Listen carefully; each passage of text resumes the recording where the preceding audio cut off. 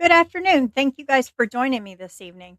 This is going to be the Project Cold Case Unsolved Homicides. And what I do is I read the articles from the Project Cold Case website and I want them remembered by who they were, not how they died. So, with that being said, let's go ahead and get started. Okay, first we're going to start with George DaCosta. Now, George DaCosta didn't mind if it was fresh or salt water. He just loved to fish. He wanted to move to Houston, get a bigger boat, and had plans to buy his mom a seafood restaurant. He never got that chance. DaCosta was shot and killed in Jacksonville, Florida in 2016. He left behind his partner of 26 years, her two sons, a sister, a mom, with dreams of making it out of Jacksonville. But the main question was who killed him? George DaCosta was only 46 years old. Houston was where his heart was. Houston was his dream. Now, George's mother, Carol DaCosta, says, I hate that he didn't get to follow his dream. He was on his way. Now, George really was on his way. And him and his fiancee, Renee Saunders, were in the process of relocating to Texas when he was killed. Now, he had been traveling back and forth to Houston, getting all the things ready.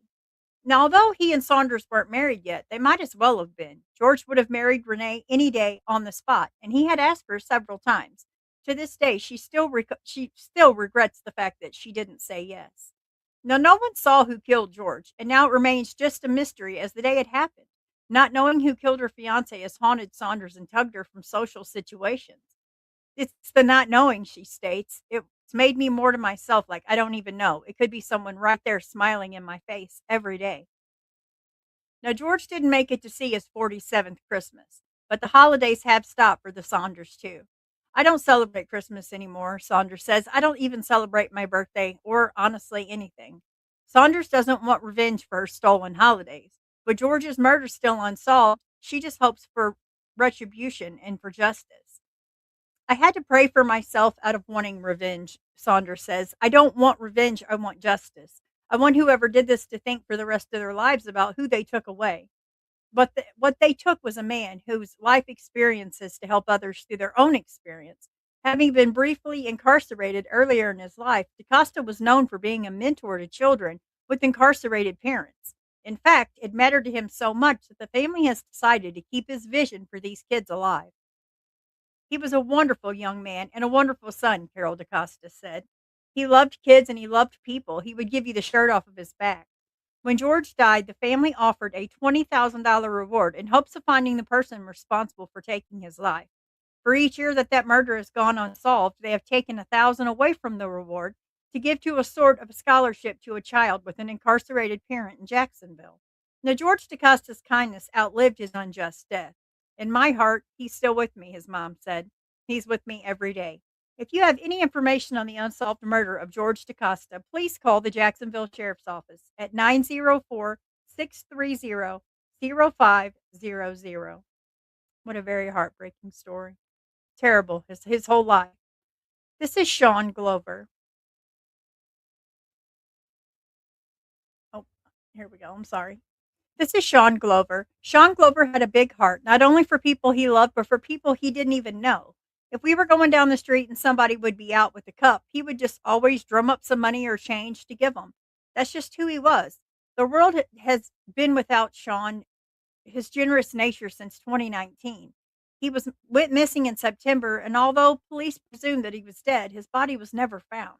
Sean was tall and thin, with sandy brown hair, a long nose, and his brown eyes, those beautiful brown eyes. He was only 30 years old and living in Stanton, Kentucky when he went missing. Police have very few clues as to where Sean is or exactly what happened to him. He was last seen at the Clay City Inn in Clay City, Kentucky. Sean was diabetic, and his insulin bag was found at the inn a few days before his disappearance. I'm sorry, after his disappearance. A few weeks later, a fire was set at the house where Sean was staying, and officials ruled this as arson. His remains were not found after the fire was contained. The last day Sean and his family were together, his mother had made them all take a special picture with her. Now, Sean, his brother Stephen, and Stephen's son, his mother had that picture printed on a pink T-shirt, and she still wears it to today. Sean was a bright young man. It's crazy how he could see something being done and learn how to do it so quickly, says his brother Stephen. Anything he attempted to do, it was like he could do it his first try. Now she remembers one time with the family they had went on vacation and Sean couldn't swim, but he jumped into the pool anyway and just started swimming. The first time he rode his cousin's dirt bike, he picked it up, rode it all the way back wheel like he'd been doing it forever. Sean was an adventurous child growing up. He used to find all kinds of different animals and bring them home to take care of in a cage in his mom's house in the city. He's never met a stranger, she says. Sean could walk up and talk to people as if he had known them his whole life. He was a really funny kid. He just all fun growing up. He was constantly trying to make everyone laugh. Sean and his mother had a very close relationship. He was a wonderful son. The loss of Sean has changed Steven's perspective on life also. He no longer trusts anyone outside of his circle and he's always on guard. His mom has struggled ever since Sean has went missing. She says that since Sean's passing, it's like there's a dark cloud every day, everywhere, every time you wake up to the time you go to bed. I've always heard about missing people, but you never know what it's like until you've been put in that situation. You never know the toll that it takes on this family, any family. Anything we do, it's a sadness because there's a loss in our atmosphere. If you have any information on the unsolved murder of Sean Glover, please call the Powell County Sheriff's Office at 606-663-2266. How heartbreaking. Next, we have Tyler Hendricks. Now, Cameron Tyler Hendricks of Jacksonville never took advantage of people. He wanted to give back to the people in his life. He had little IOUs on a scrap of paper in his wallet. His mother, Crystal, said, "It made me proud because it went down to even a dollar or two." Many of Tyler's IOUs were left unfulfilled. His body was found July 12th, 2016, not far from his home on the west side of Jacksonville, Florida. He was only 25 years old and had been shot to death. His murder has never been solved. When Tyler was young, he gained nicknames like Strawberry and Curious George. Strawberry being given by his mom because of his auburn colored hair, and Curious George was a family nickname because of his swollen cheeks. They would often resemble the cartoon monkey. Growing up in Jacksonville, Tyler and his siblings would often just walk to school. The most dangerous thing was walking across the road, says his sister Rachel. As he got older, Tyler quickly learned that, the world could be an unforgivable place. He suffered a gunshot wound that would leave the left side of his body paralyzed. However, Tyler was nothing but strong when it came to pulling his life back on track. With the help of Brooks Rehabilitation Center, he worked hard at physical therapy and gained back partial movement. Now, after his rehab, Tyler's biggest accomplishment was obtaining a job with a construction company. His family could barely contain their excitement for him when he would come home and never stop talking about work. Tyler was happy to be making his own money, and his family was so proud of who he was becoming. He would be blistered red from holding a sign for a construction company, but never once complained. On July 12th, 2016, Tyler was out riding his bicycle with some neighborhood kids. The others made it home safely, but Tyler, he didn't. Tyler was later found on Beaver Street near the Paradise Village mobile home by a passerby who noticed multiple gunshot wounds. His bicycle was right next to him. He was less than a mile from his home. "We were robbed of who my brother was going to be," says Rachel. The Hendricks family's never been the same after Tyler's murder. A mother's lost her son, siblings lost a brother. Now, remembering someone after they're gone is not always easy. Some families celebrate their loved one's birthday, holidays, anniversaries of their passing, but Tyler's family celebrates his life by doing things he would have liked, whether it be driving to the beach, going to church, whatever they could do to honor Tyler's memory. Now, if you have any information on the unsolved murder of Cameron Tyler Hendricks, please call the Jacksonville Sheriff's Office at 904-630-0500. It's terrible. We have Ryan Gross. Now, when Ryan Goss was young, he sang "With Arms Wide Open" by Creed at his high school talent show while his mom, Jennifer, watched proudly from the stands. He loved to sing, Jennifer said. He wasn't shy at all. It was nothing for him to just get in front of a room of people.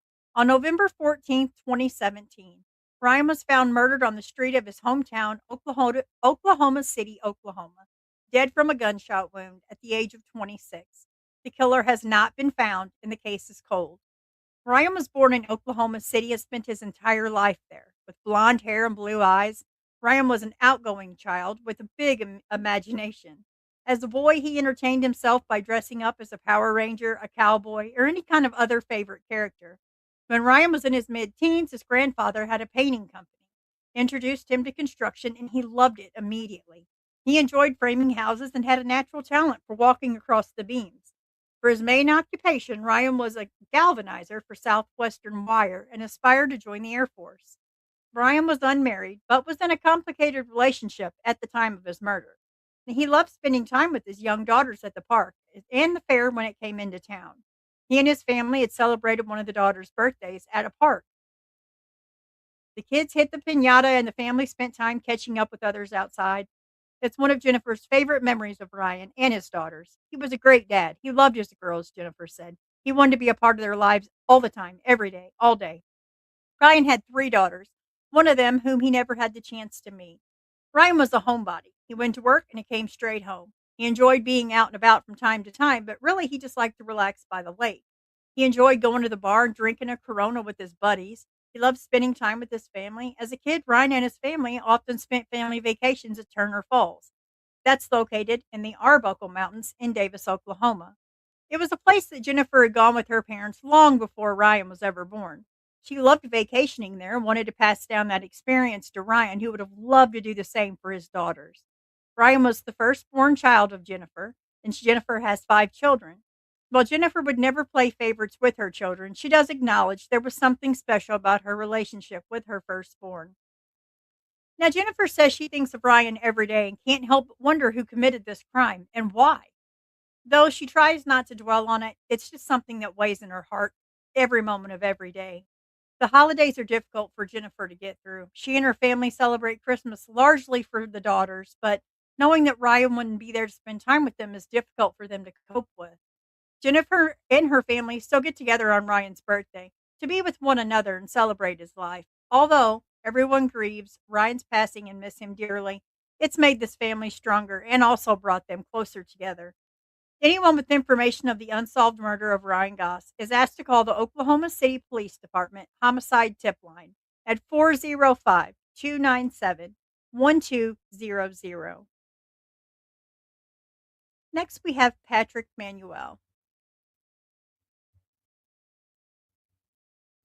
Now, Patrick Elliott Manuel loved spending time with his mother, Grace, and helping her raise the cattle at the family ranch. He would round up the cattle for me, she says. He would do that for me so I didn't have to.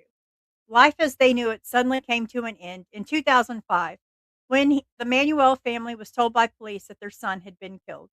His body was found in his Tucson, Arizona apartment. His murder's never been solved. Now, Patrick grew up on the Tohono O'odham. Let me try this again. Patrick grew up on the Tohono O'odham Nation Native American Reservation in Arizona, where the Manuel family had lived for over 5 generations. It was there that Patrick fell in love with rodeos. Now, I would take him to enter in the amateur bull riding rodeos, Grace recalled. He really loved the sport, and sometimes he would win prizes. Tragedy struck the Manuel family when Patrick's older brother Ronald had died in a hiking accident. Now, Patrick, who was only 11 at the time, excuse me, Patrick, who was only 11 at the time, and Ronald was exploring the mountains around the reservation as they usually did. Only this time, Ronald had slipped and lost his footing near the entrance of of a case. He fell, hit his head on a rock floor, and he instantly passed away. Patrick carried the weight of his brother's death with him, often worrying that he was responsible. Now, Patrick told his mom that he was at fault because he had pointed up in the sky to his brother to see what just spotted a cloud that looked like Jesus. And that's how the brother had fell. Now, from that moment on, the Manuel family has just had nothing but heartache. The body of Patrick Manuel was found on May 26, 2005, in Tucson, Arizona, at Mission Heights Apartments. He had been shot by an unknown assailant through the front door. A friend of Patrick's found him lying near the door and called 911, then left the scene. He later returned for questioning. Now, Patrick alerted his probation officer after he began to feel in danger, fearing those from his past will begin to target him. After the murder, the whole family missed Patrick. His younger sisters had a hard time believing they had lost another sibling. His grandma's heart was so broken, she just didn't want to live anymore. And Grace said she had lost her son and the best friend all in one day. He was my son, my best friend, my baby. When I saw him lying in that white coffin, all so innocent, I cried. I don't want him to go, said Grace. A week after Patrick's death, his probation officer called and had asked Grace, I heard that Patrick was shot. What hospital is he in? And Grace had to explain that he had passed away. I think that he felt bad because he didn't do anything to help him, said Grace, and I was so pissed. Patrick Manuel never had a girlfriend. He was never married, never had children, never got to experience life beyond the age of 23 years old. Patrick was a big giant, 6 foot 2 inches, but a kind, loving teddy bear. The type of teddy bear you just want to give a big hug and never let go. His sisters absolutely adored him. Patrick always looked out for us. He was the big brother we all looked up to. One of the best vacations they remember is when they took Patrick and the whole family to Disney World. Now, Patrick was having fun, but the entire time he was making sure the girls were safe and also having fun. Now, if you have any information about the unsolved murder of Patrick Manuel, please contact the Tucson Police Department at 520 791 4444. This is Floyd Osborne Jr. Now, going into the weekend of October 14th, 2012, Floyd Osborne Jr. had big plans, not for the weekend, but for the first days. Floyd would be starting a new job. Do your thing for the weekend, and I'll come get you on Saturday night, his cousin Sonia said to him. That was the last conversation they ever had, and around 4 a.m. on the following morning, Osborne was found deceased. Now, Sonia and Osborne have always been close. Osborne, the middle child of 10 children, had moved in with Sonia at the age of 13. We used to go to the movies, go shopping at the mall. Whenever I was on a road trip, Junior was down to go anywhere I was going, she says, with a little giggle. In high school, he played football and baseball, and then after that, he graduated. He played softball into intramural leagues. Floyd was a huge Oklahoma State University Cowboys fan. It was always friendly banter in the family when Oklahoma University played OSU. A year after moving in with his cousin, he chose to go to a boarding school run by their tribe. Now, the night of his high school graduation, he told his family that his girlfriend was pregnant and beginning a new chapter in his life. Osborne later worked in a maintenance at the same school he graduated in 2012, and he was living with his cousin and was in the process of getting a construction job. Floyd had a daughter and he loved his daughter. He was always very supportive of her. He was always hands-on when it came to playing sports with her.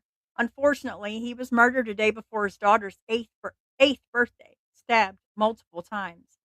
He had spent the night partying with family and friends before deciding to go to another party with a friend, but it's unknown if he really ever made it there.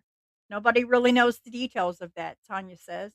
Now, Sonia and three of her sisters both were asleep and woken up at. Let me try this again. Sonia and three of her sisters both were asleep and woken up at 4:30 a.m. the morning he was murdered, all feeling like they were waking up by someone. We all felt like it was him telling us that he had passed on. Oh, that is so sweet, but sad too, like bittersweet. A lot of people came out of the woodwork for Junior's funeral. It was an Indian church, so there was probably more people sitting outside than there were people inside the church. The family has kept his memory alive, but remembering a young man who just loved to smile, always smiling. He'd come up and he just had this huge smile on his face. He would make you smile just with his big grin. Even if you were mad at him, he'd still make you smile. Anyone with information on the murder of Floyd Osborne is asked to call 1-800-522-8017, and callers may be eligible for a reward. Terrible. So many young lives gone way too soon. We have Chantel Pollard. Chantel Pollard was a special baby. She was a happy baby. She loved to laugh. She walked at 9 months old. But the most special thing about Chantel was that she was a rainbow baby. Now, Laura Lee Pollard, Chantel's mother, had gone through pregnancy once before. Her son Kevin had a rare birth defect and didn't survive. Then came Chantel. The nearly 11-pound baby was born in an elevator at the General Hospital in Louisiana. Oh my goodness, she come with a roar, didn't she? Growing up, Chantel was a wonderful student, an AB honor roll student every year in school. I didn't play the grades, Laura Lee said with a chuckle. There's two things you need in this world, your God and your grades. Chantel never met a person or a camera she didn't like. There were no strangers when it came to Chantel. She could befriend anyone. 2 minutes in conversation and you're no longer strangers. Dance became a big part of her life. She loved every minute of it. It was her space to grow and have fun, and it gave her like the girly girl side, her mom calls it. Despite Laura Lee not being a fan of makeup, Chantel had a large collection and she would spend hours playing with new looks and perfecting her artistic hobbies. Now, according to Laura Lee, Chantel aspired to be famous. She wanted to be a singer like Mary Mary. She wanted to be a model. She wanted to dance. She wanted to do makeup for a living. Chantel had the whole world ahead of her to do whatever she would choose. Those dreams never came to fruition. On October 31st, 2018, Chantel Pollard was shot and killed in Louisiana. Chantel was planning to spend Halloween night with friends on Bourbon Street in New Orleans. She never made it out of Louisiana. Chantel's ride showed up at the family house where she jumped in through her window, according to Laura Lee. One of the friends had their children in the car, so they made a stop to drop them off before the hour-long trip. It was there that Chantel was killed in the head. Shot in the head, I'm so sorry. It was there that Chantel was shot in the head. When the police arrived, they found Chantel still sitting in the passenger seat of the vehicle. Oh my goodness, how heartbreaking. Chantel was rushed to an emergency room, but Laura Lee and her aunt beat them there. The whole situation happened so fast, but it wasn't but just about a half an hour in between Chantel leaving the home and her being shot. She was pronounced deceased on November 3rd. The doctor came to talk to us, walked in the room, looked us straight in our face, and he said that Chantel had been shot in the head. She died twice on the table. They did bring her back. Through the middle of the darkest tragedy a mother could face, there was that glimmer of light. Once he told me the bullet was in her head and she died instantly, I knew the organs were going to be used. So they were keeping her alive for that.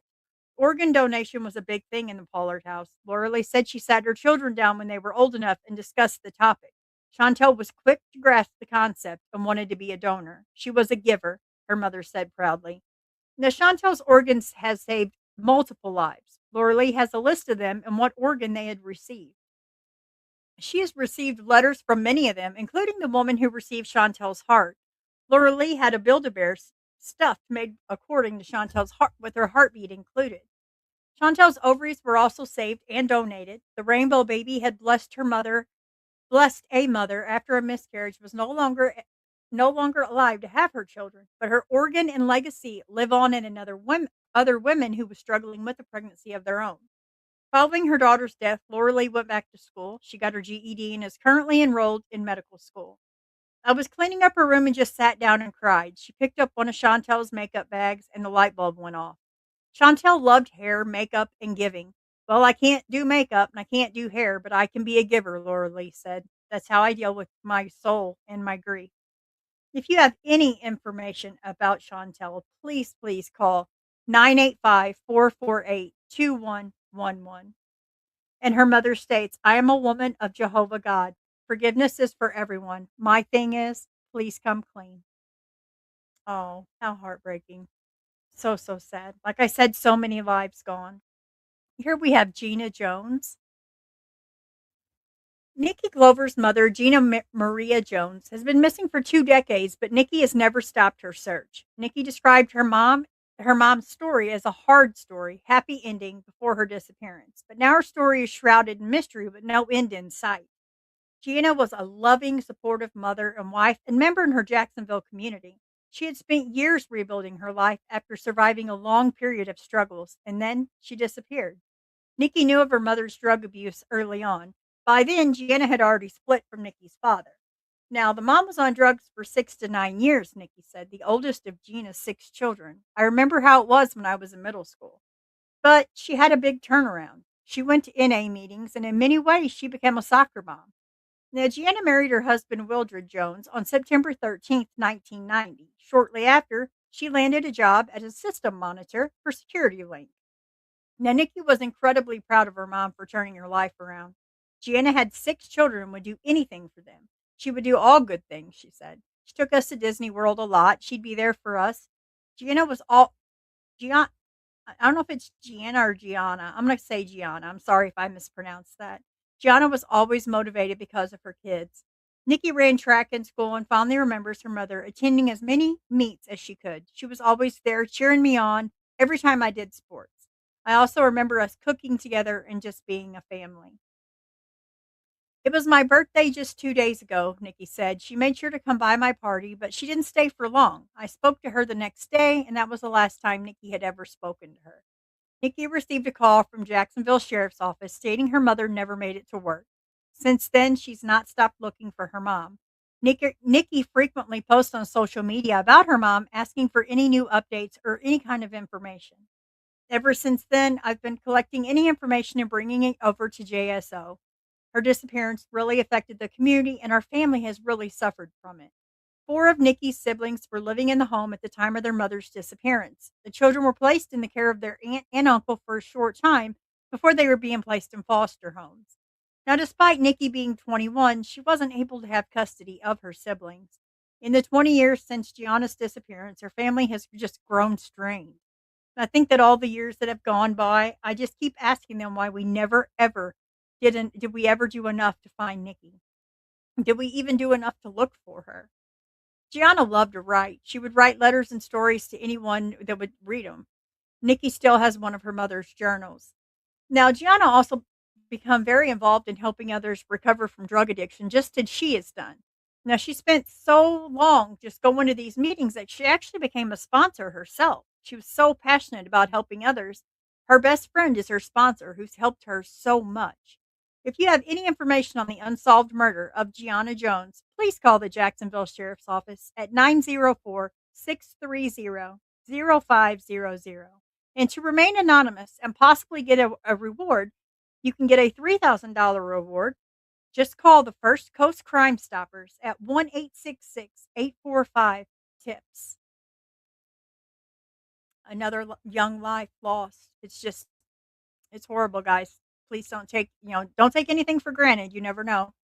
This is Juan Morales. When Deborah Gilley gave birth to her youngest son, she knew she was done having kids. She now had four kids, two boys, two girls, and to her, that's a perfect number. Her family was complete. Now Juan was the baby of the family. His full cheeks earned him the nickname Chubby Cheeks. Despite growing older and thinning out, the nickname stuck. Everyone referred to him as Chubby. The family spent their early years in Louisiana before moving to Jacksonville, Florida, where Juan was young. His family remained close, regularly spending time together and throughout the years, but the family shattered in 2015 when Chubby was murdered at the age of 30. Being the youngest, Juan was naturally spoiled and loved by many. Chubby felt that love and gave it back to the world. He was kind and generous, never angry. His endless smile would light up any room and uplift anyone around him. His mother said that whenever he appeared, he made people laugh regardless of whatever mood they were in. If we were having a bad day, Chubby would show up and make us all laugh. Ever since childhood, Juan had a rambunctious spirit. He and his older brother were always playing and making trouble with their for their mother. Chubby's goal was to help make those around him smile. Now, Juan was a son, a friend, a brother, a cousin, and an uncle, but his favorite role of all was being a dad. He loved his five children dearly. He had his first child when he was only 16, and her birth just completely made him a better person. He was getting into a little trouble, but with his daughter's arrival, he came out of all of that. He became very responsible. He was a man of many trades, a painter, a roofer, and a gardener. His love for the outdoors and landscaping led him to start his own lawn care company. He was great at what he did, and his business became a success. He was happy to be able to provide and share with his friends and family. On Friday, June 19th, 2015, Chubby stopped by his mom's house after work. He stored his equipment there for work at her house for the next morning. Every morning, he would tap on her window, say hello as he started his day. In the evenings, they added their days together, relaxing by a fire pit in the backyard. Deborah and Chubby talked about their days.